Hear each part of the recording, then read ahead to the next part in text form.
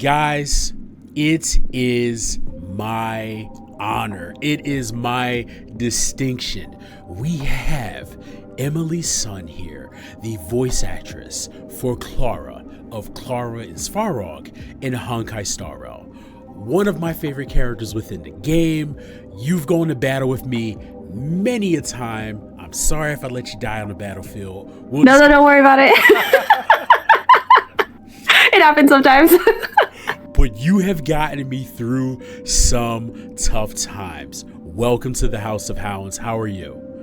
I'm doing so good. Thank you so much for having me here. It's really cool to be here. I've heard a lot of great things about this podcast, so it's exciting to be part of it now. Oh, well, thank you very, very much, and I hope I can live up to your expectations. Oh no, don't worry about it. Like we're chilling, so this is gonna be great. Well, let's dive in. How did you get started in voice acting? Yeah, so I'm a weeb, and I have been watching anime and cartoons since I've been watching cartoons since I was a kid.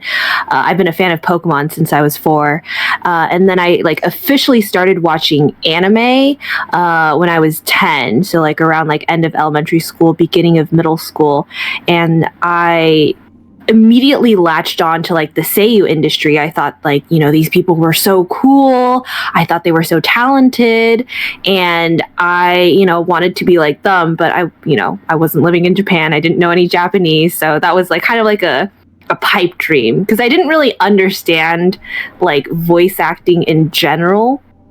I guess my first experience with English voice acting would be Veronica Taylor as Ash Ketchum. I always thought Ash was just voiced by a guy or a boy or something. When I was a kid, I didn't understand anything.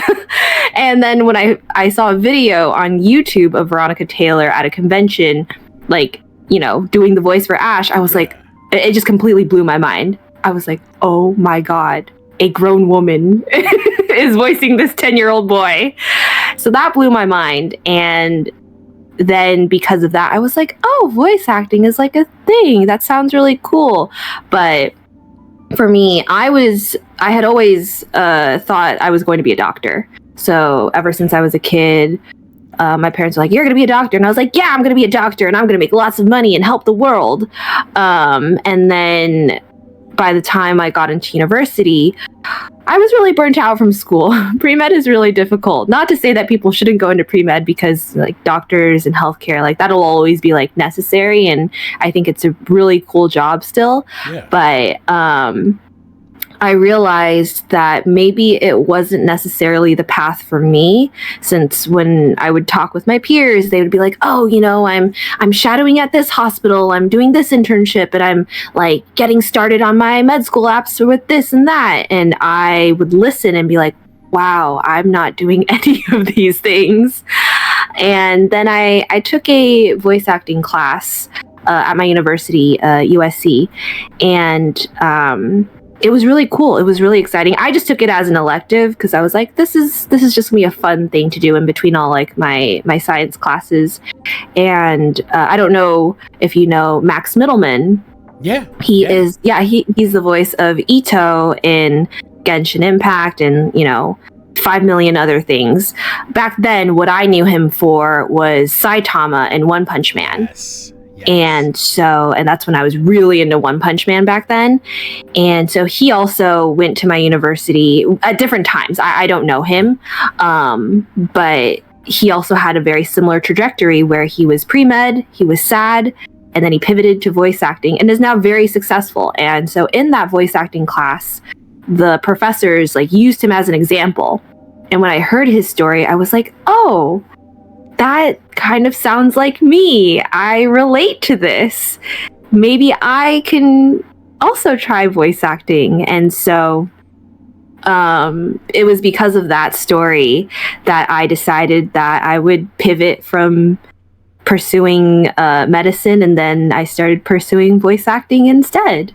Okay. Yeah. I absolutely love that story, because we all start out with one intention, and then things just kind of take us in a whole different direction, and oftentimes it's very fulfilling for the soul, you know what I mean? Especially, within this, creative space. I hear so many, of you guys who are like, hey, I was going in this direction. I was like, I do not like this direction. It's a safe direction, right? And there's nothing wrong with going that route. But then you guys followed your heart and you were like, I'm going to try this out and let's see how it goes. I absolutely admire that. Thank you. Yeah, I mean, it was pretty scary because I, prior to this, didn't have any like classical acting training or like acting background. Like in elementary school, I acted in like a couple of plays and musicals just as like extracurriculars, but I was never like a theater kid or like a film kid. I was very much a STEM kid, kind of staying in my lane, doing academics and not really pursuing the creative side. So it was really daunting, pretty scary. But it's worked out for the most part. So I'm just going to keep going. That's awesome. And there's something in the water at that college because you guys are extremely talented coming out of that. And to find out that, you guys are like, in a way, coworkers, right? Mm-hmm. That's awesome. That is absolutely awesome. But, let me ask you, how did you get the role of our beloved Clara? Yeah, so that one, it's a surreal thing. So I started kind of training in voice acting at the end of 2020, beginning of 2021. And I, took a bunch of classes, would go to a bunch of free webinars. Like I basically immersed myself in a voiceover because I didn't have any training and I knew I was starting from like ground zero.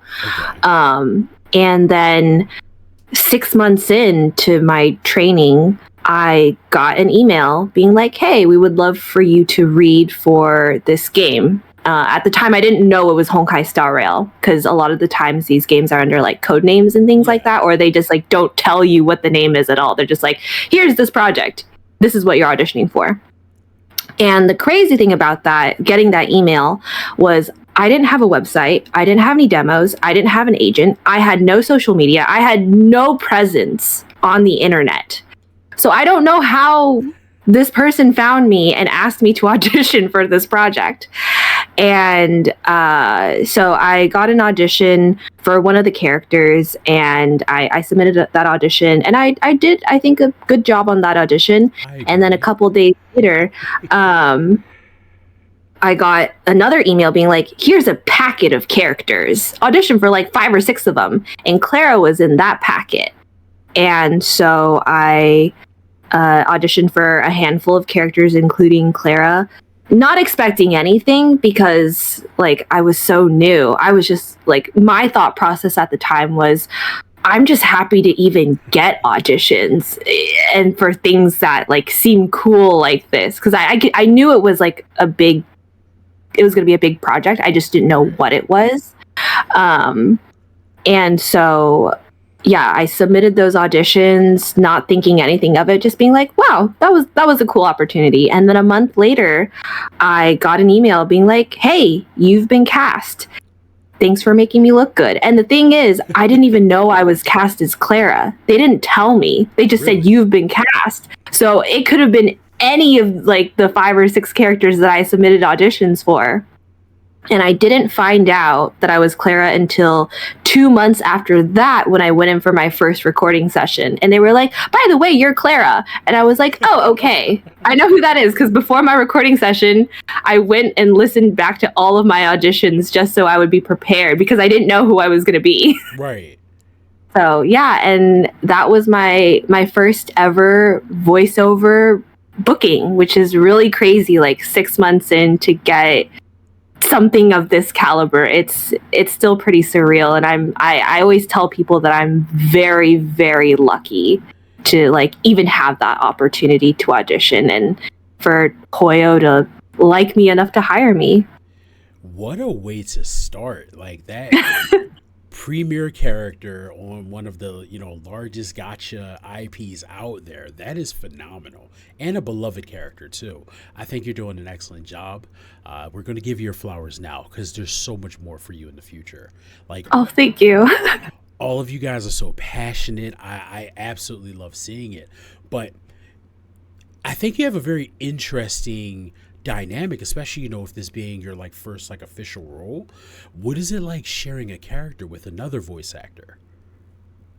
Yeah, it's really cool. I think just like in terms of like Clara and Svarog, their dynamic, like, DC Douglas has been doing this for who knows how long. So it's really cool like having our characters be paired up together. A question I get a lot is like, have you ever recorded with DC Douglas? And we do all of our recordings by ourselves. So I've never met anyone at the studio. Okay. But the engineers do a good job of making us sound like we know that we're talking to each other, and the directors do a good job of making it sound very natural. So I think that's really cool. And then in terms of like just sharing a role with voice actors in other languages, I think is also really, really awesome, because the Japanese voice actor for Clara is Hidakarina, and I've been her fan since high school because she's Silica in Sword Art Online, and I watched that back in high school. Yeah, and the Chinese voice actress for Clara is Zisu Jiuyue, and she also voices Nilu in Genshin Impact, so it's like really cool. She's very talented. She's also, I think, Griseo in Honkai Impact 3rd. So she's very, very talented. And then in terms of the Korean side, Kim Yerim, I've actually interacted with her a little bit on Twitter. She's very sweet and very talented. She's pure vanilla Cookie in Cookie Run Kingdom. I'm a huge Cookie Run Kingdom fan. So finding that out, I was like, whoa, like it's very surreal to kind of like basically be the counterpart to these like incredibly talented actors, and to just be in a game like with all the seiyus that I've followed since I was like in middle school. Is your inner child just overjoyed? It is like, oh my goodness, the voice actor for Branya in Japanese, she's Dan in Shugo Kyara, and that's an anime that was my life back in middle school. So to be in a game with her is incredible. See, yeah, Asumi Kana, she's so talented. See, I love that, because I'm going to Anime NYC in August, and Steve Bloom is going to be there. I'm so excited to meet him. I'm 35. I'm like a 300-pound power lifter, and I'm probably going to shed a tear meeting this man, because he really was the narrator to like my childhood and so many like pivotal core memories for me. So I can resonate with your enthusiasm, where it's like, I share a space with these guys. That's phenomenal. Like, I love that for you. I'm jealous in the best possible way, if that makes sense. No, I totally get what you mean. It's very, very surreal knowing that, like, yeah, if I could go back in time and tell, like, 10-year-old me that, like, current me is doing this, like, she probably wouldn't believe it. That is phenomenal. Well, let me ask you a question. In your role of Clara, how much of you is present in that performance? I would say there's a lot of me in that performance. Clara has changed throughout development. Like in CBT1, like between CBT1 and CBT2, like a lot of changes happened. Okay. I don't remember exactly what got cut from CBT1 and what made it like into the final thing, but her story, at least when I auditioned, was a lot sadder than it is now. Okay. There's a lot more like insecurity, abandonment, a lot less like happiness kind of surrounding her character. Like nowadays, and I remember one of the directions I got once we started moving on to CBT2 content was that, oh, she's a lot brighter, like a lot sunnier now. So just, kind of play up the positivity a little more. And I was like, oh, okay, yeah, I could do that. That's easy. It's not that difficult. But back then when I auditioned for her, she was very, very insecure. Very, very shy. She's still shy, but back then it was like she was like the bloody rabbit is what they introduced her in the marketing materials back then. Okay. Because the vagrants thought she was like a ghost or like some weird thing that was following them around. And so, and yeah, she had a lot of abandonment issues back then, which was why like family is such a big concept for her. Like all she was looking for was a family. Yeah. And so that's why, like, you know, one of her lines is like, will you be part of my family, like Mr. Svarog? That's like, I think her opening line in the voice bank in the final game. And so I especially at that time, because I was pivoting from pre-med into voice acting, I was very insecure. I didn't know what I was doing, and I was very aware that I didn't know what I was doing. And so I think a lot of that helped me connect with her. And they're like, I'm very open about like mental health. And so like I've, you know, dealt with depression and anxiety, and like, you know, there's still things that I deal with on the day to day. And so I think kind of being familiar with those emotions was able to help me kind of tap into like the abandonment that she was feeling, and just the sadness that she felt like she was alone. That's huge. And listen, I'm also a big, you know, mental health advocate. You know, I deal with you know, depression myself. Recently discovered I have ADHD, so that's a whole new thing for me to tackle. But I love hearing how people take their own personal experiences and they put it into the performances. It makes it so much more powerful. And having these conversations with you guys, I feel like it brings us closer to these experiences, because it's like, oh wow, I can feel that now, even a little bit deeper now. It's a little more layered. And thank you very much for sharing that.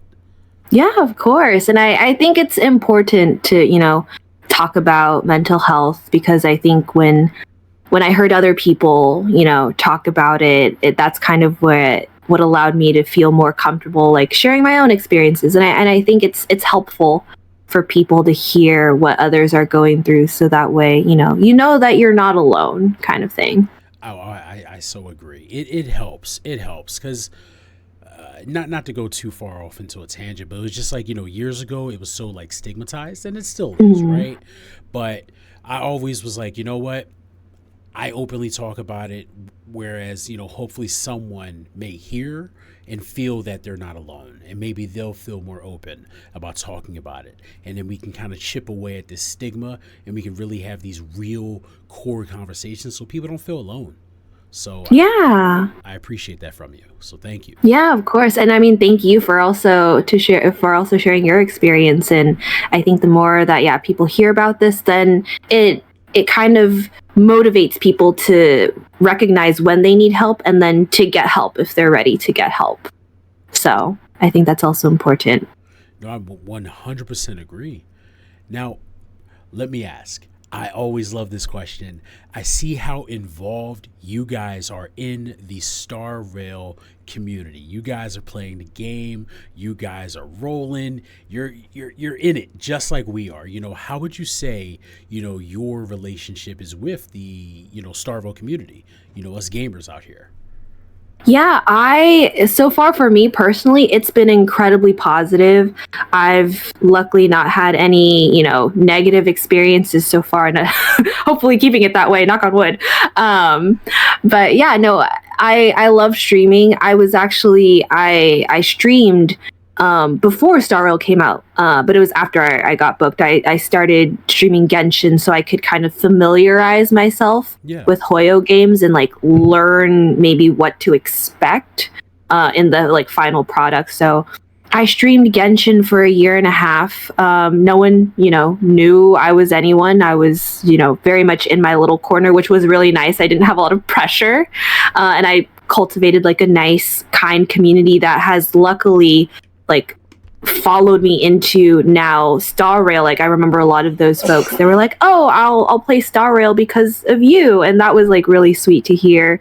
And all of the new folks that have like come into the community have all been very kind and very sweet. And I think it helps that like we've cultivated like a very cozy community is kind of how people like to describe it, in terms of like my own, like, I guess, individual fandom, you could say.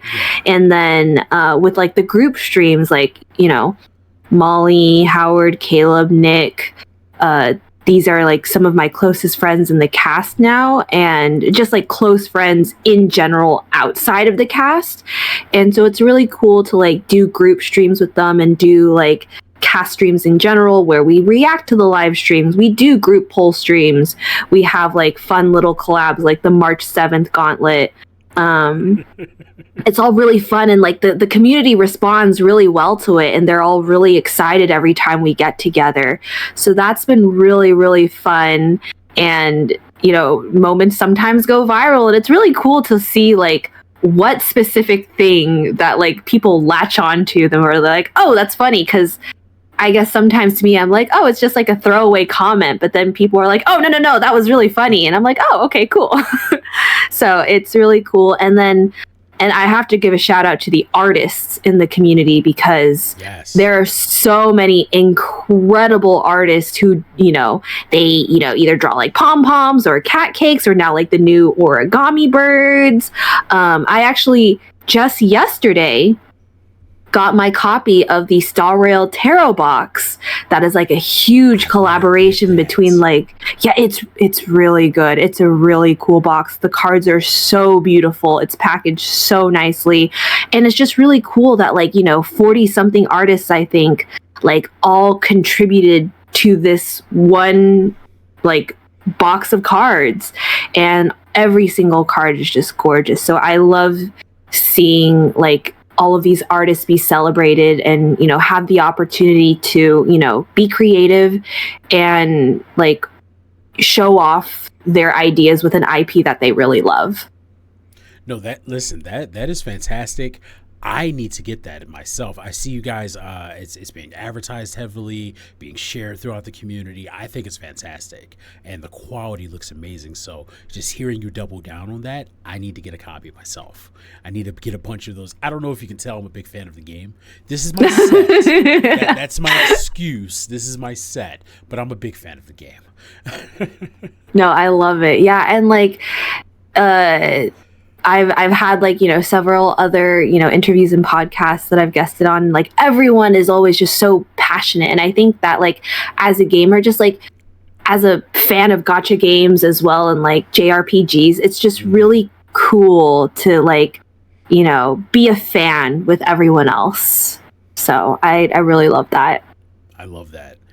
Well, let me ask. Is there a role in like a game, in anime, or, you know, any other IP that you're like, I would love to be a part of that? Or not like I'm trying to step on anyone's shoes, but I wonder what my take on that particular character could be. Is there been anything you've kind of envisioned for yourself in that respect? Yeah, for me, day one, it's Pokemon. Like Pokemon is like, I am a diehard Pokemon fan. As you can see on my Discord profile picture, it's an Espeon. It is my icon across all my socials just to make life easy for me. But yeah, Espeon is my favorite evolution. I've been following the Pokemon anime since I was 4 years old. I, you know, have been playing the games since Ruby. That was my very first game. Mudkip was my very first Pokemon. I literally have like a shelf of like stuffed animals or stuffed plushies. I have like Bulbasaurs, Chikorita, Chimchar, Swampert, Chespin, Mudkips, Pikachus, Charmander. Like I have so many just sitting on this shelf. When I went to Japan for the first time back in 2019, I went there for like a quick 24-hour trip because I was living in Korea at the time. Okay. And then my friend, she was vacationing in Japan for a month. And so we tried to line it up. I didn't have any like full-on vacation days that month in April, so I was only able to do a quick 24-hour trip, and within those 24 hours we went to the Pokemon Center in Ikebukuro, and I spent $150 buying merch because I love Pokemon so much. And Veronica Taylor, her being Ash Ketchum back in the beginning was like a huge inspiration for me. So if I could be in Pokemon, I'd be like, I made it. I've peaked. I've reached my goal. I've reached my dream. So you're like, this is it. I am here. Yeah. Well, let me ask, going a little bit deeper into that, what are some traits you believe make a good voice actor or make a great voice actor? I think it's definitely persistence. This is not an easy industry, and so you have to be able to keep grinding and keep going, because there's a lot of rejection in this industry. You will get rejected 99 times before you get one singular yes. And you kind of have to be able to push past that and know that it's not that you're not good enough. It's sometimes that someone else just fit the role better. And that doesn't mean you were bad or anything. It just means that someone else was more just fit that role better. Right. And so just knowing that, being aware, and still pushing on, persevering, through all the rejection, I think is really important. And then also being able to be creative and make strong choices on the fly, because a lot of the time when you're in the booth, sometimes the director will be like, hey, why don't you try this? And, you want to be able to deliver and show that you can show up every time. Because then if you show in the booth that you're able to take direction really well and come up with fresh ideas on the spot, they're more inclined to bring you back, either for other projects or maybe for NPCs, or recommend you to someone else. And then you get cast in other things through word of mouth, because then people know that you are someone who's good to work with in the booth. Okay. So, yeah, I would say persistence and strong creative choices are, I think, really important. I like it. Just the nuggets of wisdom are coming through. I hope you guys are writing it down. I'm taking my notes. So thank you very much for that. Now, what is some advice or you know what? I'm sorry. What do you think is your greatest strength that you bring into each role? I would say for me, it's kind of authenticity, but not in the way maybe that's, because authenticity right now in voiceover is kind of casting people, Black actors for Black roles, or, Latino actors for Latino roles. So that's kind of, when you hear authenticity in voice acting, that's kind of what that usually means. The way that I'm speaking about it now is more of just, I'm bringing my authentic self in the booth, and I'm trying to connect with the character in a way that makes sense to me. So with Clara, it's I was able to really connect with kind of her insecurities and her shyness and the lack of confidence that she had when we first worked on the character. And nowadays, she's a lot brighter. And I would say I have a generally, bright personality. She's very positive, and I try to look on the positive side of things. So I'm able to bring that authentic part of myself to the role.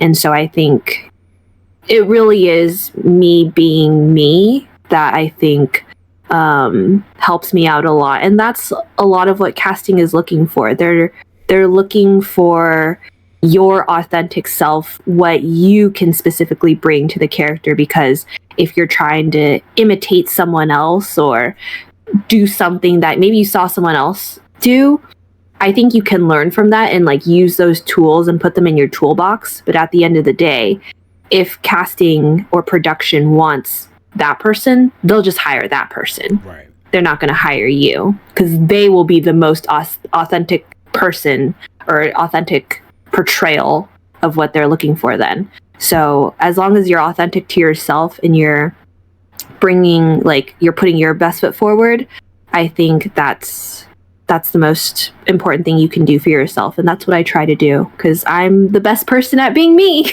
So I'm going to keep doing that. Well, listen, let me say, my heart is full. I really, really, really enjoyed the time that you spent here.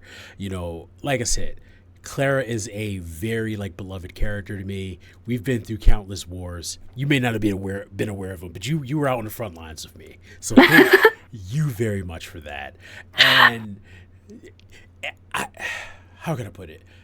I hope you have all of the confidence in the world, because there's so much talent, and I know one day we're going to see you in Pokemon. And I know, oh, thank you.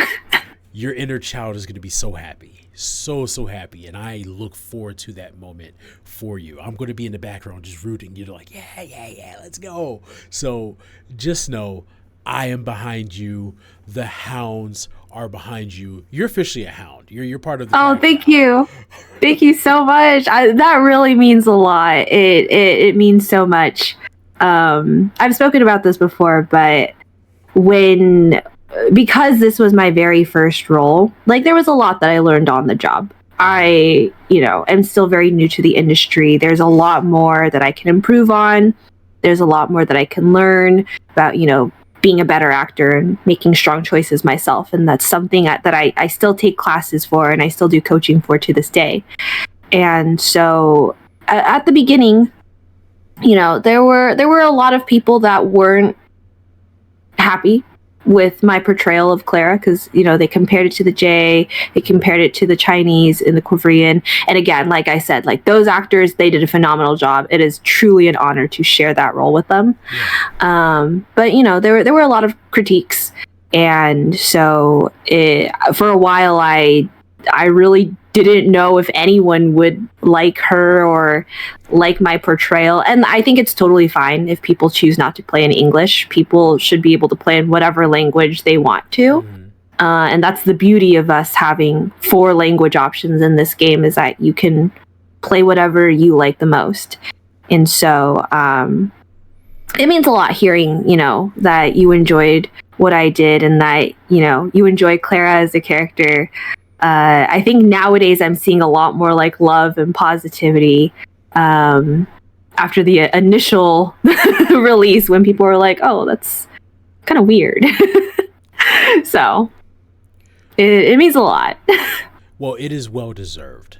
Let me ask, where can we find you? Where can we find you on the internet? I'm going to plug it down below in the description.